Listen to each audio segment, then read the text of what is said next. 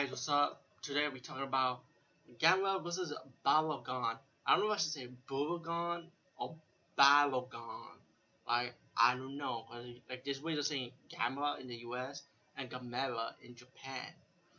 But well, this is what I see from the post. It said Gamera versus Barugon, not to be confused with the other Barugon from the Godzilla series, because this Barugon is much way better because he got powers like shooting rainbows from his back and freezing you with his long tongue.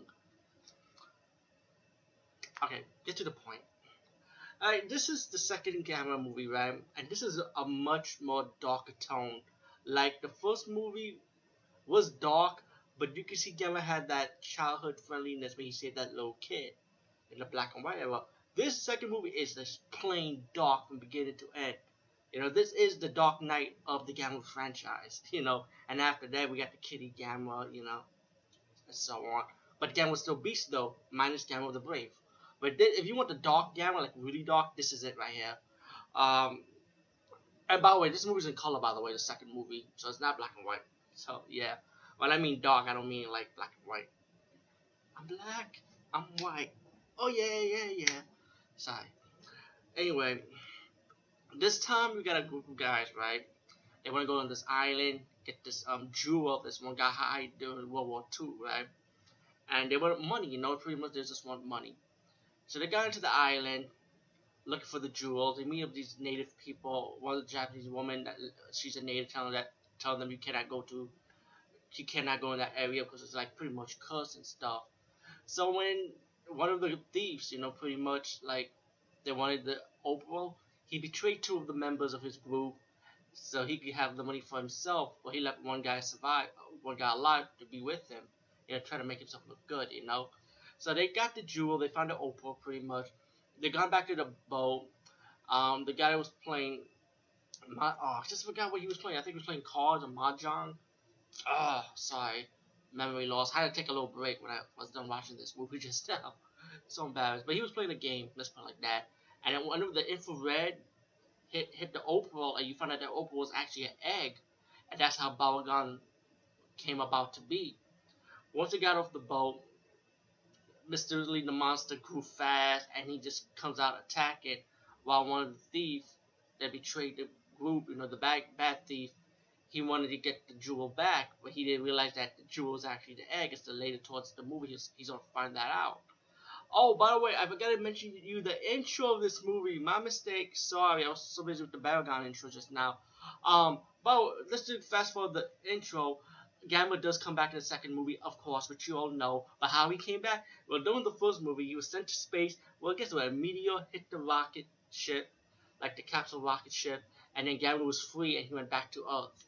And then he went to invade the dam because it has energy and fire. And that's the last time we've seen of Gamera. And after that, we get to the scenes that I'm talking about now. I am the worst reviewer ever, I swear to God, because how can I even get covering the intro of Gamera in the second movie? Oh my God. Let me turn on the charger, sorry. Oh my God, I can't believe I forgot. Duh. Sorry, guys. But, and I'm sorry for rushing this a little bit because I gotta go out. I'll try to review all the Gamera movies, but I doubt it won't be this weekend because I'm really busy, believe it or not. But I'm gonna try and fill in some room for some other reviews too. But let's get to the point. Barugon is attacking the city. Pretty much got the military has to find a way to stop Barugon. Barugon got cool powers, like I just mentioned earlier, that he can shoot ice, like ice vapors, rainbow from his back. He shoots rainbow. Yeah, I thought it was unique. Like, wow, what monster shoot rainbows from his ass? by his back, excuse me. So this monster's supposed to be like a Care Bear monster or some shit, but he doesn't care. He destroys. And there's a history on the island when the native girl and the survivor of the attack from the first thief, they're trying to betray him. Well, the survivor survived, so him and the native girl went back to the country, get the opal back, but realized that the opal had already been hatched. So with the help of the military, the native girl and the thief guy, who happens to be a good guy now, are working together to stop this monster. While you got the main thief that he really wants to get the opal later on. If I want to fast forward that part, later on, he finds out that the opal was actually the egg hatch when the survivor came to the thief, He fought the thief out, tied him up, and the thief was greedy because he wanted more. He wanted like, he felt like he's failed later on. His woman told him that the neighbor bought diamonds, like to stop the monster, because the military is doing everything to stop this main monster. And later on, oh, by the way, in the beginning part of the movie, you get Gamera come in to fight Barugon. And it was a short battle though. They fought a little bit. Barugon used the ice vapor to freeze Gamera, and Gamera got defeated. And after that, that's when we have Barugon attacking the city more. And you had like I said, the military trying to find a way to stop Barugon. As later on, they used the diamond that the Neighbor brought, because in her legend, when you put diamonds in the water, Barugon will go in the water and drown, and that was the weakness of Barugon, was water. Like, he can stay in the water for a amount of time, but if it's too much water, he's dead. If he drowns, if water goes over him, he slows down.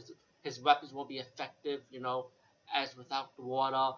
Um, so they used the diamond, you know, it failed. Then they used the second attempt when they make the diamond with put in the death ray gun, so they have a big diamond light to subtract to like seduce Barugon to come into the ocean. The greedy thief, they found out when the neighbor had the diamond, he decided to go after the diamond. And I'm sorry for that condition of noise, by the way, but it's hot in New York. I apologize. Fast forward again.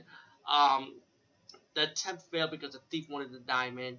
So he wanted the diamond, and Barugon ate the man with the diamond, the thief with the diamond, and the fucking thief died, which is good for his ass. He's a greedy bastard. Sorry.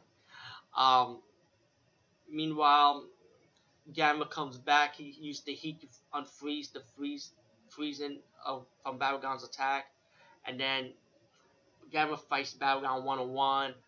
Good fight scene. And also I was if I had to mention that there was a scene when the guy wanted to noticed that the mirror during the rainbow attack did not destroy the mirror, so they decided to make a bigger mirror on a satellite, like on the antenna, excuse me, a bigger mirror. So if Barugon used the mirror, use the rainbow to attack the mirror, it's going to reflect back to him, and then Barugon got destroyed, but he's not going to use the attack a second time. So Barugon survived, but like you said, that's when Gamma comes in, and that was like the only hope for the Japanese people, so for Barugon to be defeated. When Gamma fought Barugon, he dragged Barugon's ass in the water, like deep in the water, and drowned his ass pretty much.